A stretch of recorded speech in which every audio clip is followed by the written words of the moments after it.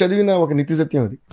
కాళ్ళు తడవకుండా సముద్రాన్ని దాటగలిగే మేధావైనా కళ్ళు తడవకుండా జీవితాన్ని దాటలేడు.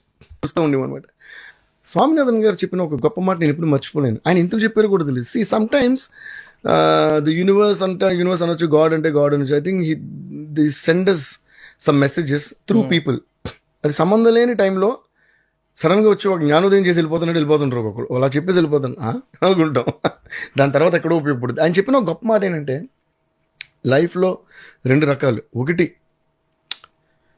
ఎలాగోలా బతకాలి, అది ఎలా బతికినా ఓకే అనుకోవడం ఒక రకం, లేదా ఇలాగే బతకాలి అని ప్రిన్సిపల్తో బతకం. 2 రకాల మనుషులు ఉన్నారని చెప్పారు. అంతే చెప్పారు.